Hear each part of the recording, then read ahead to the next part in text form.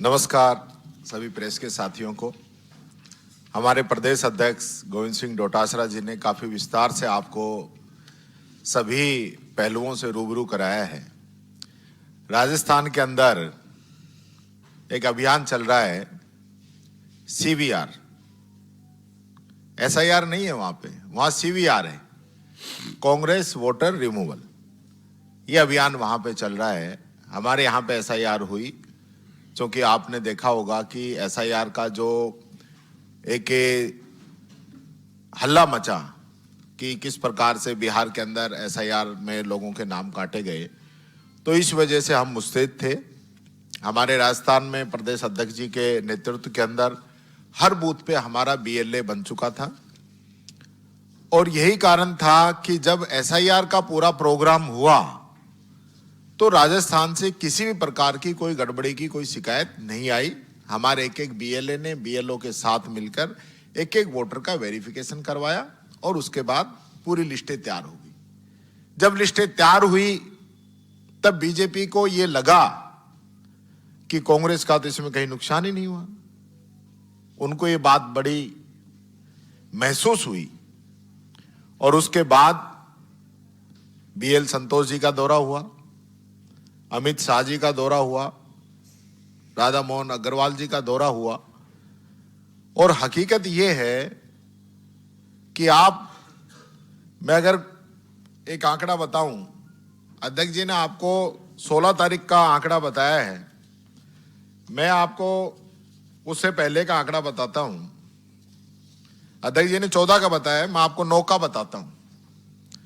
9 तारीख का जो आंकड़ा है, 9 तारीख में आम आदमी party, Bahujan Samaj party 0 application, BJP 126 BLA ने 201 नाम जोड़ने की एप्लीकेशन दी है, मात्र 4 नाम काटने की एप्लीकेशन दी है। और हमारे कांग्रेस के 110 लोगों ने 185 नाम जोड़ने की एप्लीकेशन दी है और मात्र 2 नाम काटने की एप्लीकेशन दी है। ये डेटा है 9 जनवरी का चुनाव आयोग की वेबसाइट का। फिर 14 का आपको अध्यक्ष जी ने बताया, मैं 16 का बताना चाहूंगा, जो आखिरी दिन था। उस दिन जो एप्लीकेशन आई है, आम आदमी और बहुजन समाज पार्टी की वही 00 है। भारतीय जनता पार्टी के 2133 लोगों ने 291 नाम तो जोड़ने की एप्लीकेशन लगाई है और 18,896 नाम काटने की एप्लीकेशन लगाई। और कांग्रेस के लोगों ने 110 लोगों ने वही 185 नाम जोड़ने की और 2 नाम काटने की एप्लीकेशन लगाई हैं। ये रिकॉर्ड है चुनाव आयोग का। ऐसा क्या हुआ कि अचानक अमित शाह जी के दौरे के बाद में ये नाम काटने की में एकदम अचानक तेजी आई? आप समझिए, ये पूरा एक जो क्राइम जो किया जा रहा है, ये फोरम इस प्रकार के आ रहे हैं। पूरा फोरम जो है प्रिंटेड है। ये सारे जो नीचे नाम है ये कंप्यूटर के द्वारा लिखे आए हैं, बूथ नंबर, नाम और जो टिक लग के आया है कि आदमी मर गया। इसी से तो ये पकड़ में आए हैं कि वो भी सेंट्रलाइज ये टिक लगा के दे दिया कि वहीं से ही इनके ऑफिस से कि आदमी मरा हुआ बताना है। और उसके बाद सिर्फ ऊपर व्यक्ति का नाम लिखा और छोटे से फर्जी से साइन कर दिए। ये ऐसे फोरम आपको लाखों की संख्या में हैं, सभी जगह ये है। सबसे बड़ी बात इसके अंदर है कि कोई अधिकारी ये बताने को राजी नहीं है कि ये फोरम देके कौन गए। आज एक कलेक्टर ऑफिस या SDM ऑफिस ऐसा तो नहीं हो सकता कि कोई कागज का बंडल रख जाएगा।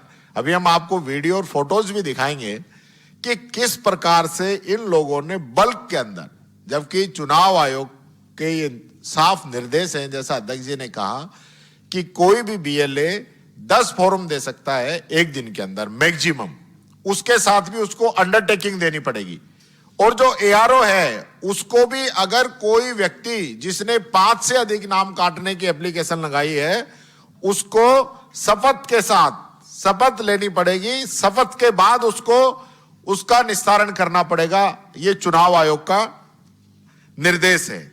लेकिन हालत ये है, क्योंकि राजस्थान में तो इनकी जो दुर्गति हुई है ना, बीजेपी की, अभी उपचुनाव हुआ था अंता के अंदर, वहां पे बीजेपी 150 वोट से बची है तीसरे नंबर पे आने से। और यही कारण है कि राजस्थान के अंदर नगर निकाय और पंचायती राज के चुनाव नहीं करा रहे। एक एक साल से ऊपर समय बीत चुका है। हमारे जो मुख्यमंत्री हैं, वहां उनके जिले में तो जिला प्रमुख का पद खाली है 2.25 साल से, जबकि 6 महीने के अंदर उपचुनाव होना चाहिए। ये लोग डरे हुए हैं और इस डर की वजह से सुप्रीम कोर्ट के निर्देश, हाई कोर्ट के निर्देश, इनके बावजूद भी ये लोग चुनाव नहीं करा पा रहे। और इसको डिले करने के लिए एसआईआर लेके आए राजस्थान में, क्योंकि हमारे यहां तो अभी चुनाव था, चुनाव में समय था, लेकिन फिर भी ये एसआईआर को राजस्थान के अंदर लेके आए। और अब जब इनकी हालत खराब हुई तो इसके अंदर ये बेईमानी में उतरे हुए हैं। एक जो इनका फ्री फील्ड जो फॉर्मेट आया है ना, वहां से जिससे ये लोग पकड़ में आए हैं, मैं ये मांग करता हूं चुनाव आयोग से भी और सुप्रीम कोर्ट से भी कि राजस्थान में ये जितने भी फोरम आए हैं हर जिले के अंदर, उन सारे फोरमों की फोरेंसिक जांच हो कि कहां छपे हैं, कौन व्यक्ति इनको यहां तक नीचे पहुंचा के गया है, तो पूरा दूध का दूध और पानी का पानी हो जाएगा। यह हमारा आरोप है और चैलेंज है कि टोटल फोरम जो हैं एक सेंट्रलाइज जगह पे छापे गए हैं और वहां से छाप के इनको जयपुर पहुंचाया गया है। और जयपुर से जो इनके विधायक हैं, प्रत्याशी हैं, 5-6 मंत्री हैं जिनको स्पेशल टास्क दिया गया है, उनके माध्यम से इनको नीचे एआरओ ऑफिसर्स के अंदर पहुंचाया गया है। तो ये जांच होनी चाहिए, क्योंकि हर जगह जो फोरम आए हैं, प्रिंटेड फोरम आए हैं, ये बात मैं आप लोगों को कहना चाहूंगा। दूसरा जो सबसे महत्वपूर्ण जो मामला था वो मेरी खुद की कॉन्स्टिट्यूएंसी का है, मैं बताना चाहूंगा। मैं लगभग 28,000 से अधिक वोटों से जीता हूं और लगभग 28,000 के आसपास ही मेरे यहां पे नाम काटने की एप्लीकेशन लगा दी गई। अब आप एक बात समझिए, जब एसआईआर का प्रोग्राम पूरा हो गया, वहां पे ड्राफ्ट प्रकाशन हो गया, एक एक वोटर की जांच हो गई, कौन 2002 की लिस्ट में था, कौन वहां पे रह रहा है, उसके क्या डॉक्यूमेंट्स हैं, वो वेरीफाई हो गया। और वो होने के बाद में सारे वोट जो कटने थे, जुड़ने थे, सब कुछ हो गया। उसके बाद 25,000 28,000 फॉर्म कोई देके जाता है। और मैं अभी वीडियो दिखाऊंगा, चपरासी से लेकर कलेक्टर तक ये बताने की स्थिति में नहीं है कि ये फॉर्म यहां पे किसने दिए हैं। जबकि मैंने कहा, आपके यहां तो सीसीटीवी कैमरा लगे हुए हैं, आप कैमरा चेक कराइए ना, कौन देके गया ये फॉर्म। ये मामला छोटा नहीं है, ये लोकतंत्र को खत्म करने का है, वोट चोरी का है। ये तो सीधे सीधे वोट चोरी है। मैं तो इनसे कहना चाहता हूं, बीजेपी के लोगों से, कि आप लोकतंत्र को जिस प्रकार से खत्म कर रहे हो, तो चुनाव कराने की जरूरत कहां है। आप सीधा अपने आप को ही डिक्लेयर कर दीजिए ना कि हम जीत गए। ये नाटक भी क्यों कर रहे हो आप? जो लोकतंत्र आपने खत्म किया है, बाबा साहब भीमराव अंबेडकर का बनाया हुआ संविधान हर व्यक्ति को वोट की ताकत देके गया है, और विशेष रूप से गरीब व्यक्ति को भी वोट की कीमत वही है जो अमीर व्यक्ति के वोट की कीमत है।